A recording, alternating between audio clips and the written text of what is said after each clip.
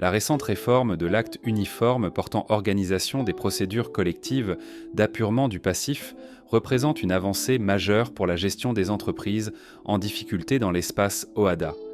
Des innovations significatives, telles que le nouveau statut des mandataires judiciaires, l'extension des procédures aux professions indépendantes, artisanales et agricoles, ainsi que l'introduction de procédures simplifiées pour les petites entreprises, apportent des solutions adaptées aux réalités économiques de l'Afrique. Dans cette vidéo, nous explorons en profondeur les nouveautés de cette réforme et leur impact sur le droit des affaires, pour vous offrir une compréhension complète et concrète de ces changements. Vous souhaitez maîtriser les évolutions récentes du droit des affaires dans l'espace OHADA? Regardez cette vidéo pour tout savoir sur les nouvelles procédures et innovations de la réforme. Abonnez-vous à la chaîne pour ne pas manquer nos prochaines analyses et partagez cette vidéo avec d'autres passionnés de droit pour les aider à comprendre ces enjeux fondamentaux. 1. Le nouveau statut des mandataires judiciaires. Renforcement des qualifications et de l'expertise. La réforme impose des exigences accrues en matière de formation et d'expérience des mandataires judiciaires, qui sont des acteurs clés dans la gestion des procédures collectives. Ils doivent désormais démontrer une expertise spécifique, garantissant une meilleure protection des intérêts des créanciers et du débiteur.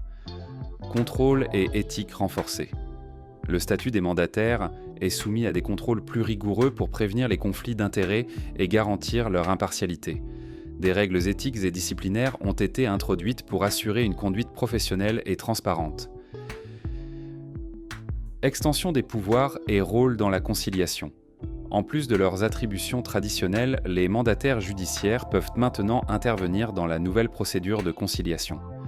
Ils agissent en tant que facilitateurs de négociations entre le débiteur et les créanciers, renforçant ainsi les possibilités de règlement amiable. Deuxième, extension des procédures collectives aux professions indépendantes, artisanales et agricoles. Inclusion des professionnels non commerçants.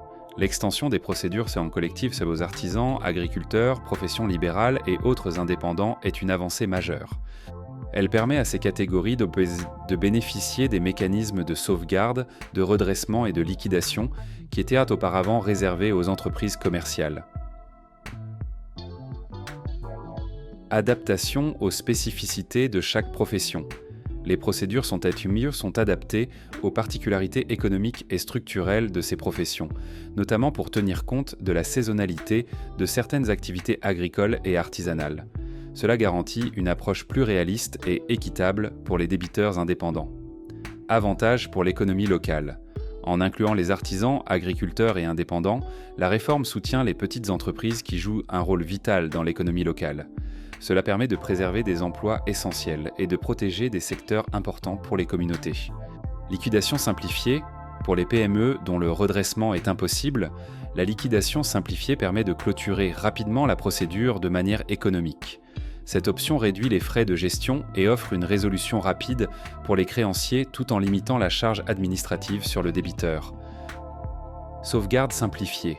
La sauvegarde simplifiée est une autre innovation pour les PME en difficulté temporaire.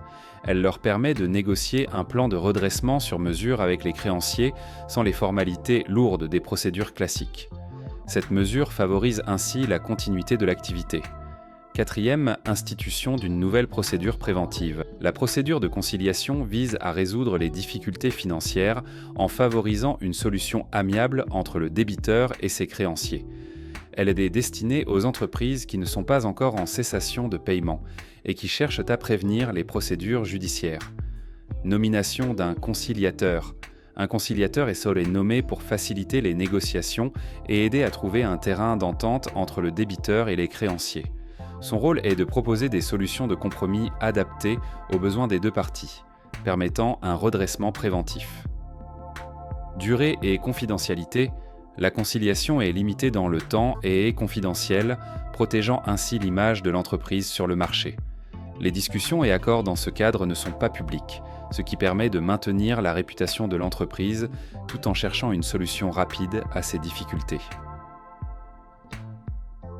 Cinquième institution du privilège de l'argent frais, privilège pour les créanciers, fournissant un financement pendant les procédures. Le privilège de l'argent frais donne une priorité de remboursement aux créanciers qui acceptent d'injecter des fonds pour soutenir une entreprise en difficulté.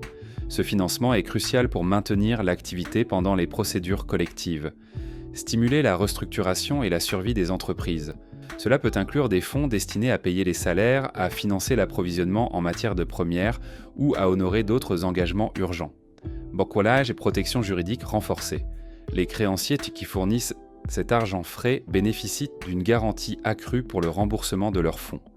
Ce privilège est une incitation forte pour les créanciers, offrant des solutions de financement vitales pour l'entreprise pendant son redressement ou sa sauvegarde.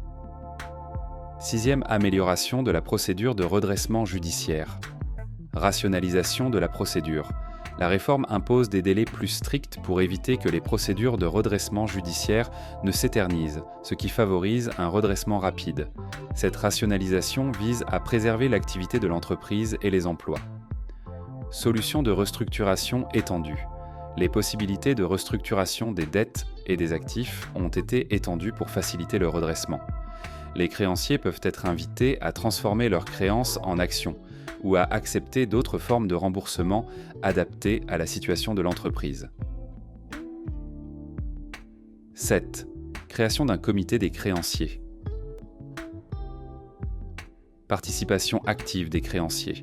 Le comité des créanciers permet aux créanciers principaux de participer activement aux décisions majeures dans le cadre des procédures collectives. Cette innovation favorise un meilleur équilibre des intérêts et une prise de décision collective.